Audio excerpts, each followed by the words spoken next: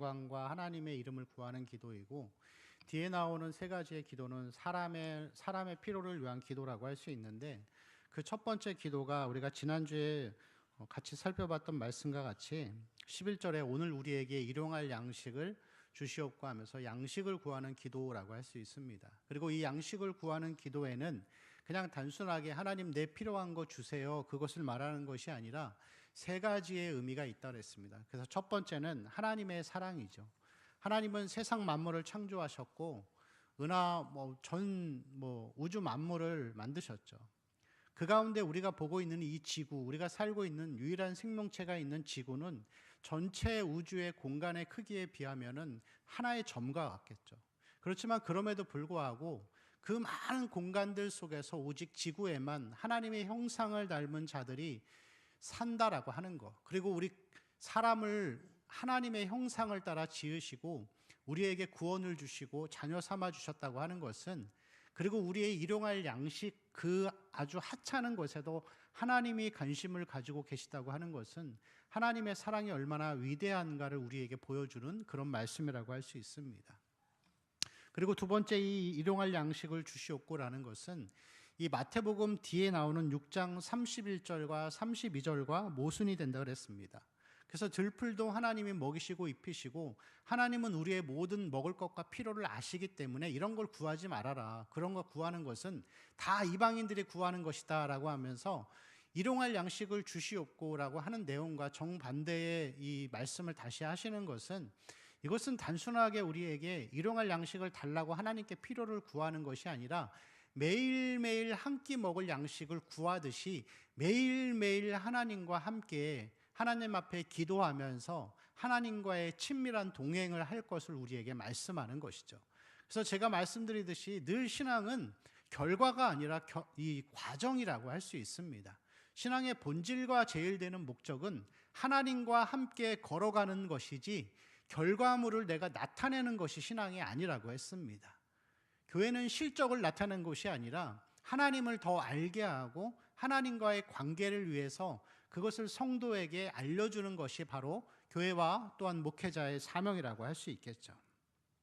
하나님은 우리의 필요를 다 아십니다.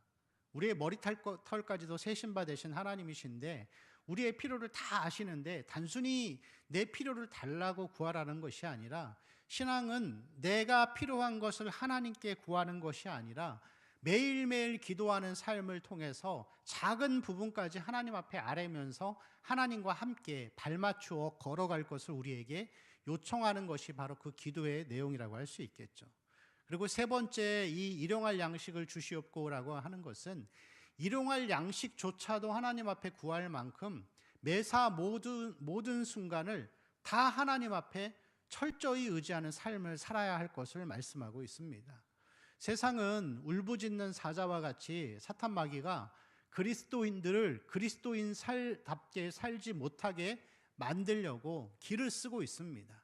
그래서 우리로 하여금 여러 가지 문화, 영화나 영상 콘텐츠, 그리고 서적이나 이런 것들을 통해서 우리도 역시 세상 사람들처럼 눈에 보이는 영광을 추구하게 살도록 순간순간 우리를 문화를 통하여서, 그리고 여러 가지 그런 서적이나 이런 것들을 통해서 우리를 계속 세뇌해 가고 있습니다. 그리고 이러한 시대에 우리가 정말 기독교적인 세계관을 가지고서 눈에 보이지 않는 것을 쫓아가고 정말 진리를 따라가고 보이지 않는 것을 소망하며 하나님 나라를 위해서 살아갈 수 있는 유일한 방법은 우리 안에 하나님의 은혜로 충만하게 채우는 것 외에는 방법이 없는 것이겠죠. 오늘날의 많은 그리스도인들을 봐도 다 교회를 다녀도 기준이 다 세상적인 사람들이 너무 많습니다.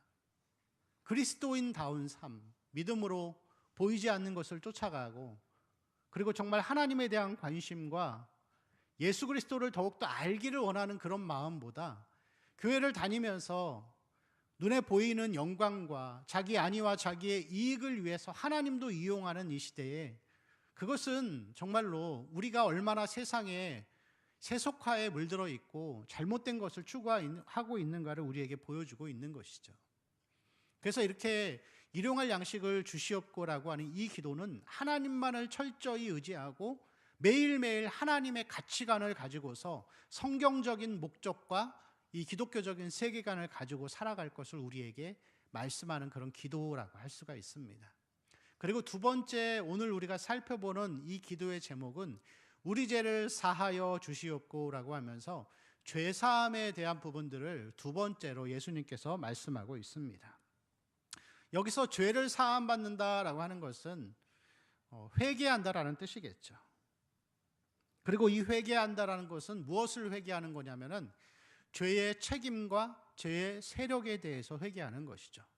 죄의 책임이라고 하는 것은 로마서 8장 1절에서 2절 말씀에 나오는 것처럼 원죄에 대한 부분, 우리 같이 한번 읽어볼까요? 시작. 그러므로 이제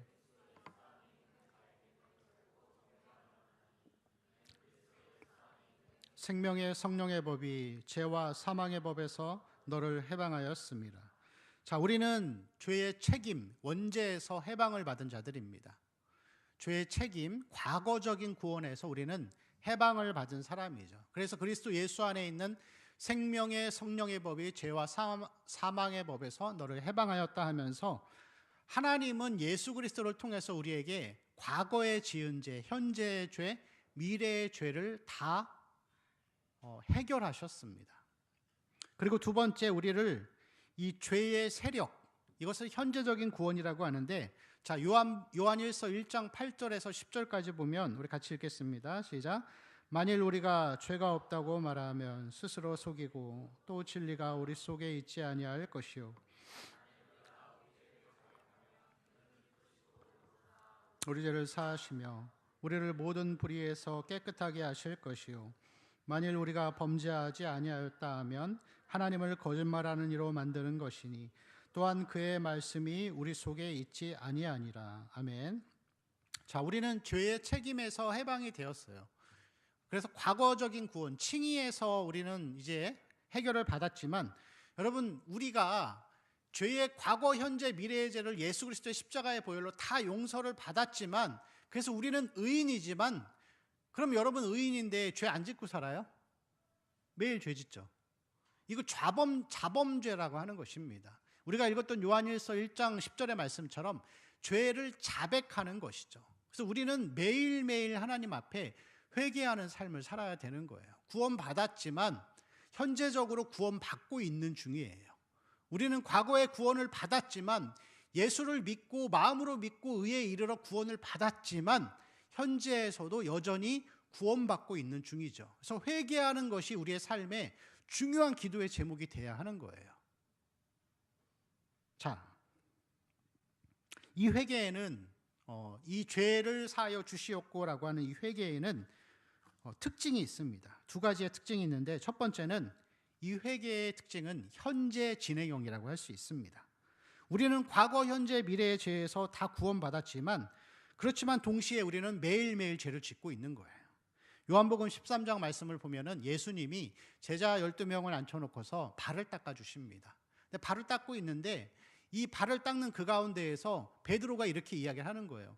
예수님, 어떻게 선생님이신 랍비인 당신이 제자들인 우리의 발을 닦아줄 수가 있겠습니까? 이거 있을 수 없는 일입니다 라고 했을 때 예수님이 말씀하시죠. 내가 너의 발을 닦아주지 아니하면 너와 나는 상관이 없다 라고 하면서 발을 닦아주십니다. 그러면서 이 베드로가 그러면 예수님 발만 닦아주지 말고 목욕도 좀 해주세요 하면서 했을 때 이미 한번 목욕한 자는 더 이상 할 필요가 없다 하면서 발 씻을 것을 얘기하는 것이죠. 유대 사회는 우리나라와 다르게 사막지대입니다. 포장된 도로도 없었겠죠. 그래서 길을 걸어가면은 흙이 이렇게 먼지가 많이 묻었습니다. 그리고 더군다나 이 고대 시대에 뭐 지금과 같은 운동화도 없었겠죠. 그들은 다 샌달이었어, 샌달. 발바닥을 대고 거기다 끈을 묶은, 그래서 이렇게 신발을 신고 있어도 발가락이 다 드러나고 또 이렇게 걸어가다 보면은 그 발가락 사이사이로 먼지와 흙이 계속 묻어드는, 그래서 그들의 문화 가운데에서는 손님이 방문하면은 발 씻을 물을 내어주는 것이 하나의 관습이었습니다. 그래서 이 발은 매일매일 씻어야 하는 것이죠. 이것이 바로 이 회개한다라는 그 뜻을 우리에게 보여주고 있는 것입니다. 여러분, 죄라는 것은 이 원어로 보면은 하마르티아예요. 하마르티아인데 여기서 이 죄를 사하여 주시옵고 할 때 여기서 죄는 오페일의 마타라는 뜻이에요. 오페일의 마타. 그건 뭐냐면은 부채라는 뜻이에요. 부채. 빚이라는 뜻인 거예요. 우리는 매일매일 회개하지 않으면은 하나님 앞에 매일매일 도덕적인 빚을 지고 살아가는 거예요. 그래서 여러분, 이 회개한다라고 하는 것은 매일매일 발을 닦듯이 하루하루 하나님 앞에 회개하고 현재적인 진행으로 살아야 할 것을 우리에게 말씀하고 있는 것이죠.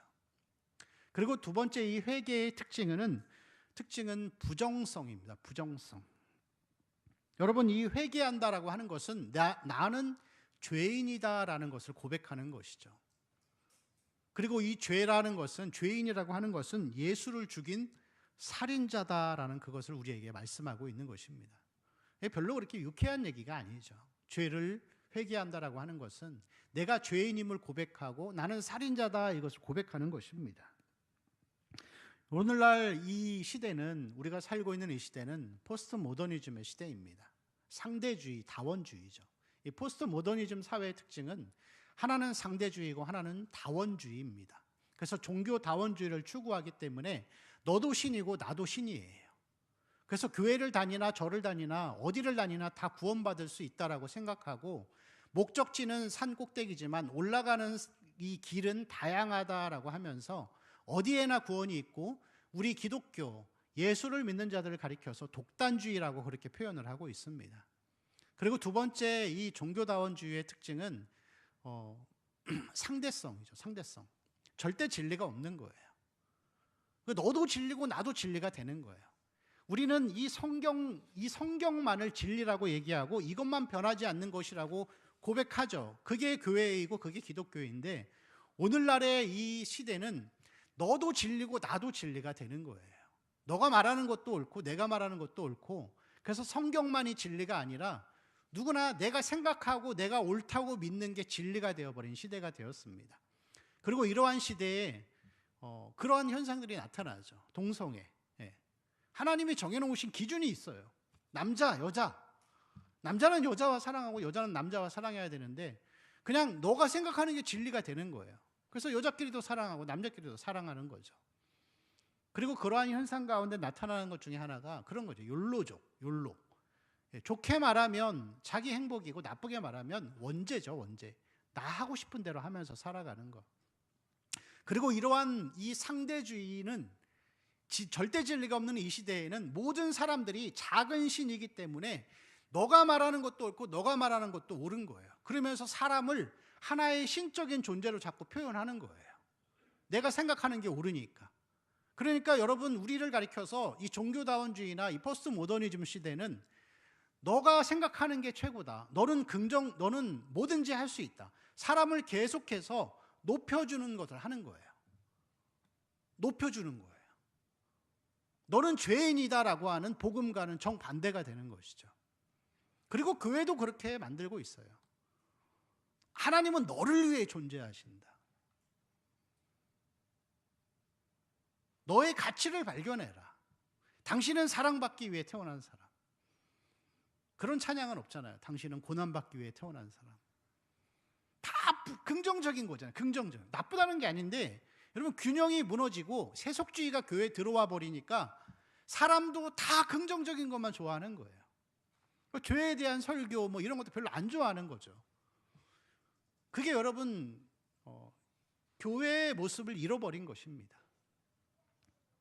그래서 오늘날의 이 교회를 다니는 대부분의 사람들은 긍정적이고 힘을 주는 걸 좋아하는 거예요. 여러분, 삼일교회가 그 전에 하시던 그 목사님이 성적인 문제로 이제 교회를 떠났잖아요. 그리고 그 삼일교회에 그래도 우리나라에 가장 이 성경을 바르게 가르친다고 하시는 그 송태근 목사님이 딱 오셨습니다. 근데 여러분, 혹시 송태근 목사님 아세요? 가끔 이 기독교 방송에도 나와요. 근데 이분 설교가 교리와 적용이에요. 그게 가장 성경적인 건데, 그래서 원어 분해도 막 해주고 하는 거예요. 근데 그렇게 탁월하신 목사님이 와서 설교를 하고 목회를 하니까 삼일교회가 3만 명이 나왔었는데 지금 2만 명밖에 안 나온대요. 떨어져 나가는 거예요. 근데 여러분 정말 하나님의 말씀을 바르게 전하고 있는 그대로 전하니까 사람들이 자기 중심으로 살던 사람들이 교회를 떠나는 거예요. 다 가짜죠, 가짜. 근데 여러분 복음은 우리에게 회개를 말하고 부정을 항상 말합니다. 이 포스트 모더니즘 사회에서 우리가 살면서 하나님도 나를 위해 존재하고 내가 모든 신앙의 중심이 되고 내가 주체가 되는 것은 여러분 그것은 회개하는 삶이 아니죠. 그게 목적이 되어서 사는 거는 지난주 말씀처럼 떡 보고서 오병이어의 기적을 체험하고 자기 목적을 위해 예수님을 따라갔던 무리들과 똑같은 것입니다. 여러분 회개라는 것은 그리고 복음이라고 하는 것은 긍정을 말하기 전에 항상 우리에게 부정을 설명하고 있습니다. 복음 자체가 그런 거죠. 복음이라고 하는 것은 우리가 믿고 있는 복음이라고 하는 것은 나는 죄인이고 하나님 앞에 회개함으로 죄사함을 받는 게 그게 복음인 것이죠. 그래서 누가복음 24장 46절에서 47절을 보면은 자, 우리 함께 읽을까요? 시작. 또 이르시되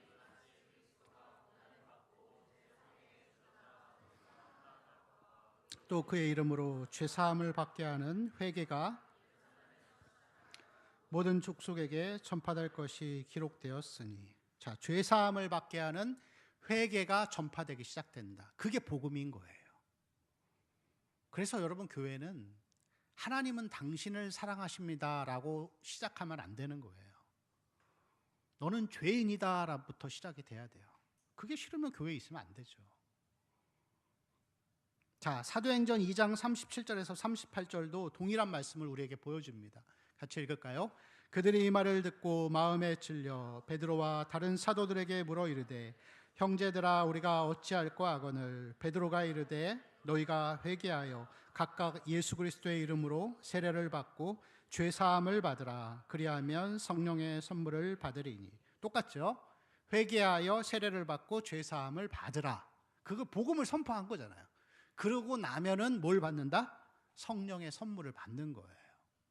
그래서 이 복음이라는 것 자체가 죄 사함이고 회개인데 내가 죄인임을 고백하고 이 죄를 끔찍하게 고통으로 느껴보고 그걸 회개하면 이 부정의 시간이 지난 다음에 성령의 선물을 주심으로 마음의 평안함과 기쁨을 주시는 거예요. 그리고 우리의 신앙생활은 그 이후에 구원받은 이후에도 계속 이 부정과 긍정을 반복하면서 살아가는 것입니다. 그래서 이 회개라고 하는 것은 죄사함이라고 하는 것은 부정의 특징을 가지고 있습니다. 자, 세 번째 이 회개의 내용, 우리는 그렇다면 무엇을 회개해야 하는가? 여기서는 이 성경에서는 우리 죄를 사하여 주시옵고 이렇게 기록하고 있습니다. 우리 죄, 내 죄도 포함되지만 우리 죄라고 하는 것이죠. 이것은 공동체성을 의미하는 것입니다. 여러분 우리는 나라와 민족을 위해서 기도하고 또 교회들을 위해서 기도해야 합니다. 나 자신을 위해서 기도하는 것은 당연한 것이죠. 나라와 민족의 윤리적이고 도덕적인 타락들 이런 것들에 대해서 우리는 같이 회개해야 합니다. 여러분 이 윤리적인 타락과 도덕적인 타락에 그리고 이 세상 문화의 중심 어디죠? 서울, 대한민국 서울 안에서 홍대 가깝죠. 저도 가끔 아이들 데리고 갑니다. 가서 우리 아이들이 그 사격하는 거 되게 좋아해요. 그 총 쏘는 거 있잖아요. 잘 쏴요. 하면은 꼭 인형 하나씩 타오더라고요. 근데 그 자체 문화 자체 딱 여러분 그 문화를 보면은 그런 생각 들지 않으세요? 노아 시대 먹고 마시고 시집가고 장가가다가 홍수 나서 다 죽는 거예요. 그게 여러분 세상의 이 모습인데 그냥 먹고 즐기고 그냥 그런 문화 자체. 여러분 이 한국 사회가 한 10년 동안에 너무 많이 망가진 것 같아요. 대통령 잘못 뽑아가지고 얼마나 윤리적으로 도덕적으로 타락했는지 몰라요. 안 그래도 많이 타락해 있던 나라였는데 뭐 말도 안 되는 얘기들이 많잖아요. 뭐 그런 방산비리 이런 거 보면은 잠수함을 만들었는데 거기다 그 뭐죠? 그 무슨 음파 탐지기가 아니라 고기가 어디 있는지 알려주는 어군 탐지기를 달아놨다는 그 말도 안 돼. 여러분, 말도 안 되는 일들이 여태까지 벌어졌어요. 사회 곳곳 전반에 걸쳐서 도덕적 윤리적인 타락에 대해서 우리는 그러나 그것을 가슴 아파하고 같이 회개할 수 있어야 돼요. 그리고 이러한 사회 전반에 드러나는 이러한 윤리적인 타락과 그러한 정권을 세워주기 위해서 일조한 것이 바로 교회죠. 교회가 그러한 것에 힘을 실어주고, 그래서 여러분, 교회 안에 어떤 그런 편향된 모습들, 그리고 말씀을 바로 전하지 않고 왜곡시키고 열심히 신앙생활하면 그게 구원받는다고 가르쳐 놓은 율법주의들, 예수 잘 믿으면 축복받는다고 하는 기복신앙, 너가 중심이고 너가 최선이야, 하나님은 너를 위해 존재하는 분이야 라고 하면서 자기가 중심이 되는 인본주의 신앙들, 그게 사회를 이렇게 만든 거예요. 말씀을 바로 전하지 못한 교회의 책임입니다. 그리고 그것들을 우리는 수수방관하고 살아왔고 나 자신에게만 집중되어 있던 것이죠. 그래서 우리 공동체를 위해서, 교회를 위해서, 나라 민족을 위해서 함께 기도해야 할 줄로 믿습니다. 회개의 목적은, 네 번째, 회개의 목적은 죄의 용서를 통한 마음의 평안도 있겠지만 그거는 아주 소극적인 의미입니다. 회개를 우리가 하는 목적은, 죄 용서를 구하는 목적은 하나님과의 관계 회복을 위해서 그렇게 하는 것이죠. 거룩하신 하나님과의 관계 회복을 위해서 우리는 날마다 회개해야 합니다. 우리가 죄 가운데 있으면 그 죄가 하나님과 우리의 사이를 가로막아 버리는 것이죠. 그래서 회개는 발 닦는 것과 같고 매일매일 숨 쉬는 것과 같이, 밥 먹는 것과 같이 매일매일 하나님 앞에 십자가 예수 그리스도의 보혈을 의지해서 살아가는 삶이 되어야 할 줄로 믿습니다. 여러분, 신앙은 목적과 결과가 아니라 관계라고 했습니다. 우리가 하나님과 함께 발맞춰 걸어가기 위해서는, 거룩하신 하나님을 배웠고 그분과 함께 걸어가기 위해서는 거룩함을 입어야 되고, 그 방법이 예수 그리스도의 십자가 보혈 앞에 날마다 우리 자신을 내려놓는 삶이라고 할 수 있겠죠. 자, 오늘 이 말씀 가운데서 보면은 이제 결론적으로 죄를 사하여 주시옵고라고 하는데 그 앞부분에 뭐라고 기록되어 있죠? 우리 한번 같이 12절 말씀 다시 한번 읽어볼까요? 시작. 우리가 우리에게 죄 지은 자를 사하여 준 것 같이 우리 죄를 사하여 주시옵고. 아멘. 자, 우리 죄를 사하여 주시옵고, 우리가 우리에게 죄 지은 자를 사하여 준 것 같이. 여러분, 이 용서에 대한 부분, 우리가 우리 죄를 사하여 주시옵고라고 말씀하시기 전에 우리가 우리에게 죄 지은 자를 사하여 주었다라고 하면서 남의 잘못을 용서해 주는 것에 대해서 예수님은 굉장히 중요하게 여기세요. 그래서 이 주기도문이 끝난 이후에 14절과 15절에서 다시 한번 용서에 대한 말씀을 강조하십니다. 우리 14절과 15절 같이 한번 읽어볼까요? 시작. 너희가 사람의 잘못을 용서하면 너희 하늘 아버지께서도 너희가 사람의 잘못을 용서하지 아니하면 너희 아버지께서도 너희 잘못을 용서하지 아니하시리라 라고 하면서 우리에게 용서할 것을 말씀하고 있습니다. 여러분, 그러면 이것이 전제 조건일까요? 하나님, 내가 이 사람 용서해 줬으니까 용서해 준 것처럼 하나님도 저를 용서해 주세요, 이렇게 볼 수 있겠죠. 근데 사실은 그런 말씀은 아니죠. 그거는 성경의 이치와도 맞지 않고 복음의 이치와도 맞지 않습니다. 자, 이 말씀 이후에 마태복음 18장에서 보면은 예수님께서 다시 한번 이제 1만 달란트 비유를 말씀하고 계시는데, 자, 말씀이 좀 길지만 우리 한번 같이 읽어보면서 내용을 이해해 봤으면 좋겠습니다. 자, 21절부터 한번 읽어볼게요. 시작. 그때 베드로가 나와 이르되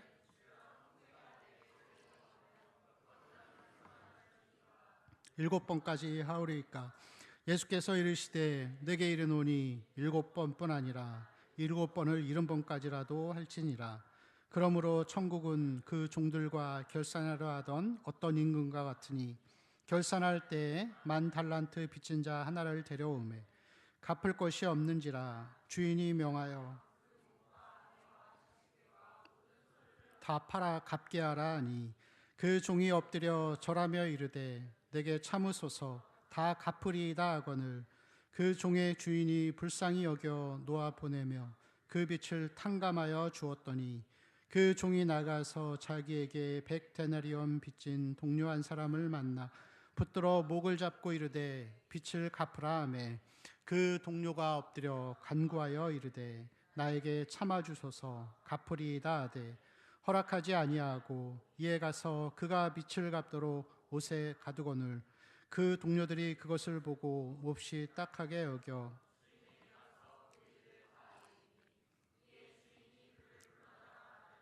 악한 종아 내가 빌기에 내가 내 빛을 전부 탕감하여 주었거늘 내가 너를 불쌍히 여김과 같이 너도 내 동료를 불쌍히 여김이 마땅하지 아니하냐 하고 주인이 노하여 그 빚을 다 갚도록 그를 옥졸들에게 넘기니라.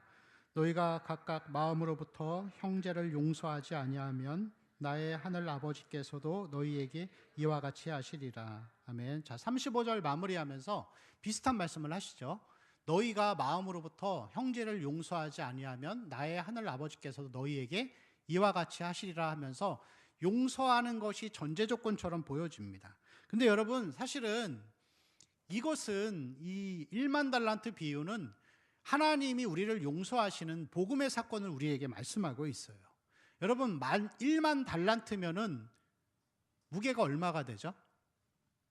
한 달란트에 금이 32kg예요. 그 1만 달란트면 금이 300톤이에요. 320톤. 그럼 돈으로 치면 얼마예요? 뭐 가져본 적이 없으니까 우리는 모르죠, 잘. 근데 최소한 몇 조 원이에요. 몇 조 원. 그러니까 임금에게 이 종이 몇 조 원의 빚을 졌는데 임금이 너무 사랑이 많아서 이 빚진 몇 조 원을 그 종이를 다 찢어버린 거예요. 너 이제 빚 없다. 탕감해 줬어요.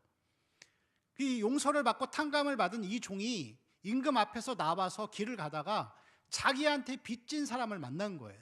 근데 이 빚진 사람이 얼마를 빚졌다고요? 100데나리온.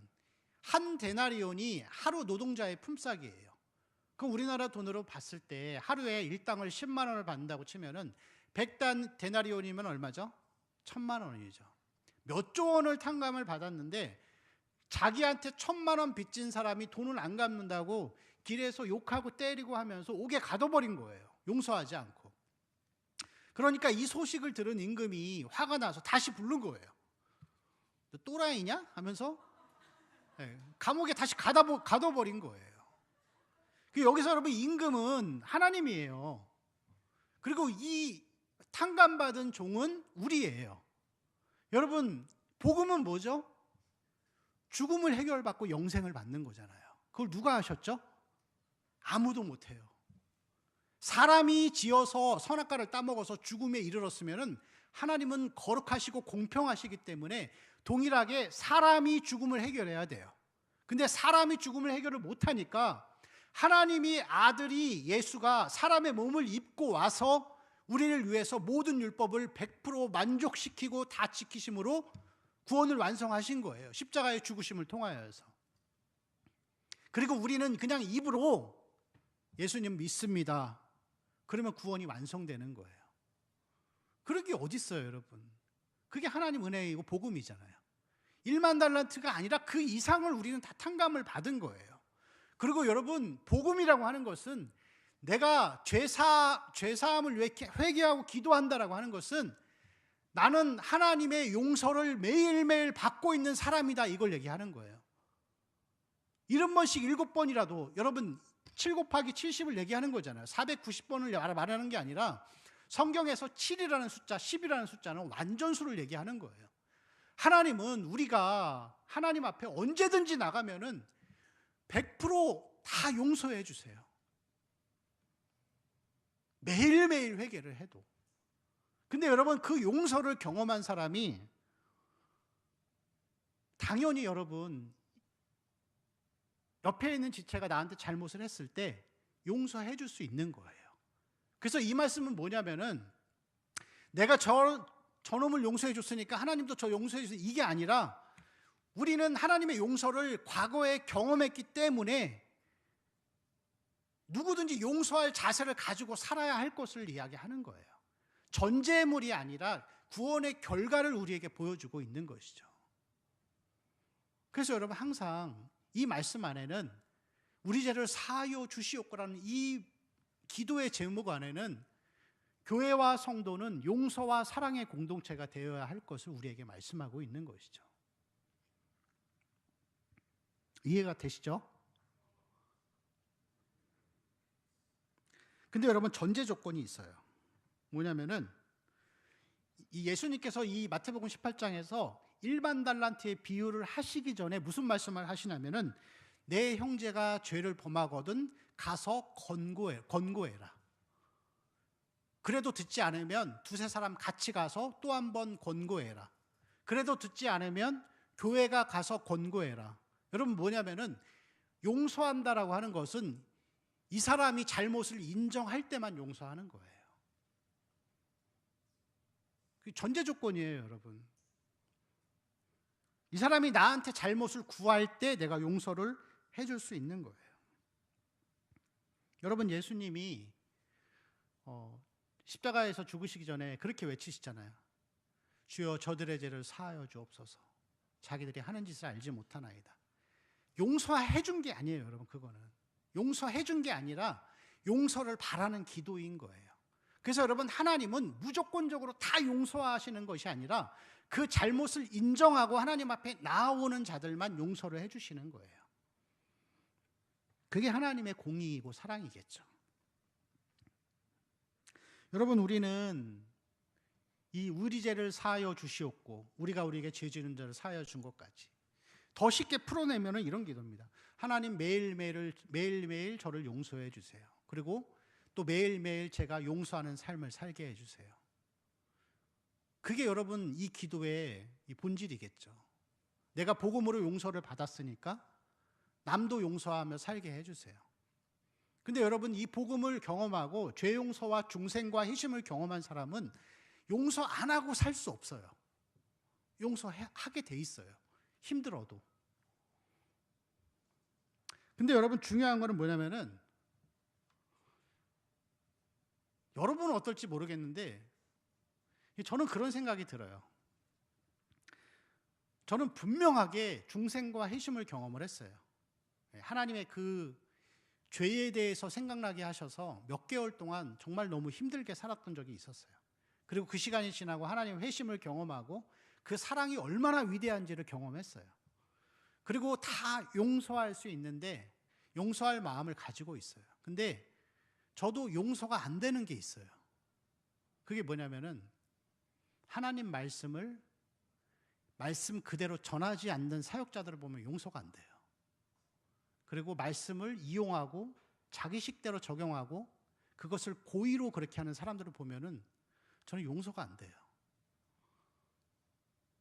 근데 그래서 하나님의 은혜가 필요한 것이죠.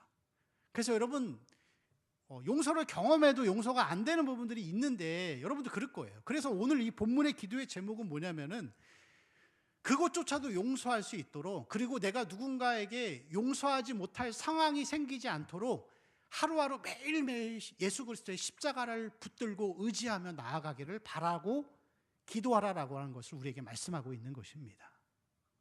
여러분, 매일매일 예수님의 십자가 의지하고 살기 바랍니다. 예수님만 의지하고 살기 바랍니다.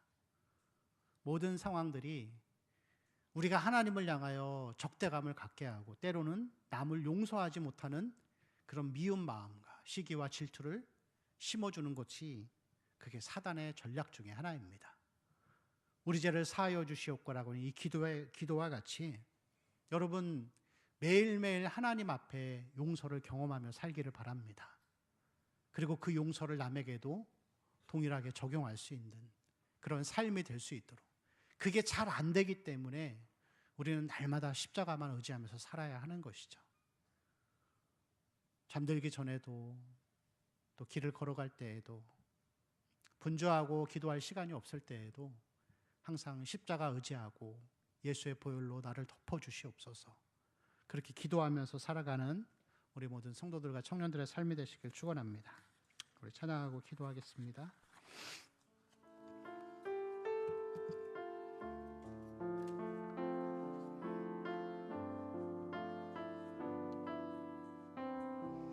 항상 진실케 항상 진실케 내 맘 바꾸사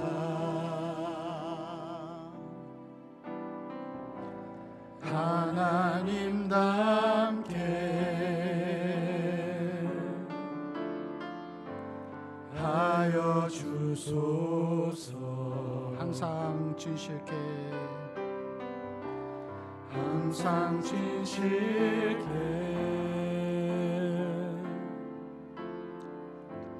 내 맘 바꾸사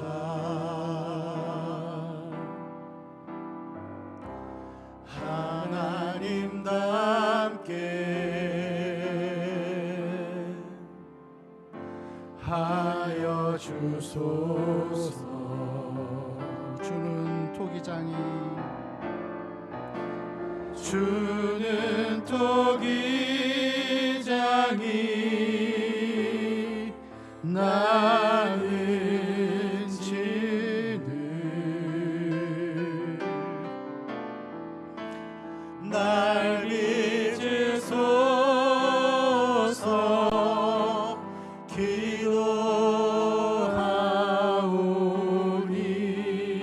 기도하오니 항상 진실케 항상 진실케 내 맘 바꾸사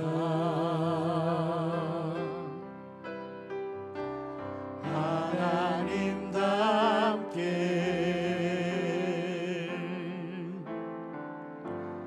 하여 주소서. 같이 기도할까요? 오늘의 기도의 제목이 우리의 매일의 기도 제목이 되기를 원합니다. 하나님의 용서를 경험하고 또 나도 사람을 용서하며 살 수 있도록 주님 인도하여 주옵소서. 주님 주의 용서를 경험했어도 남이 용서가 안 됩니다.